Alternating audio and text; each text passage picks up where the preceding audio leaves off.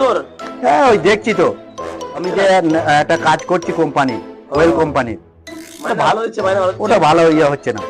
তোর মনে করছি যে তোর মতো একটা ব্যবসা করবো, বুঝেছিস? তোমার কি ব্যবসা করা যায় বলতো? কি করি বল, আমি আর দোকান আসছিল বুড়ি। আমি এখন দেখো না, আমার সময় নেই, আমার মাথায় একটা প্রশ্ন ঘুরছে। আমাকে আমাকে এখন দেখো না, প্রশ্ন ঘুরছে মাথায়। তুই কোন কথা বলিস? এখন দেখো আমার প্রশ্ন ঘুরছে। কি কি প্রশ্ন তোর মাথায়? বুঝলাম যে চোরের মায়ের বড় গলা, ডাকাতের মায়ের কি গলা? কি বলছে?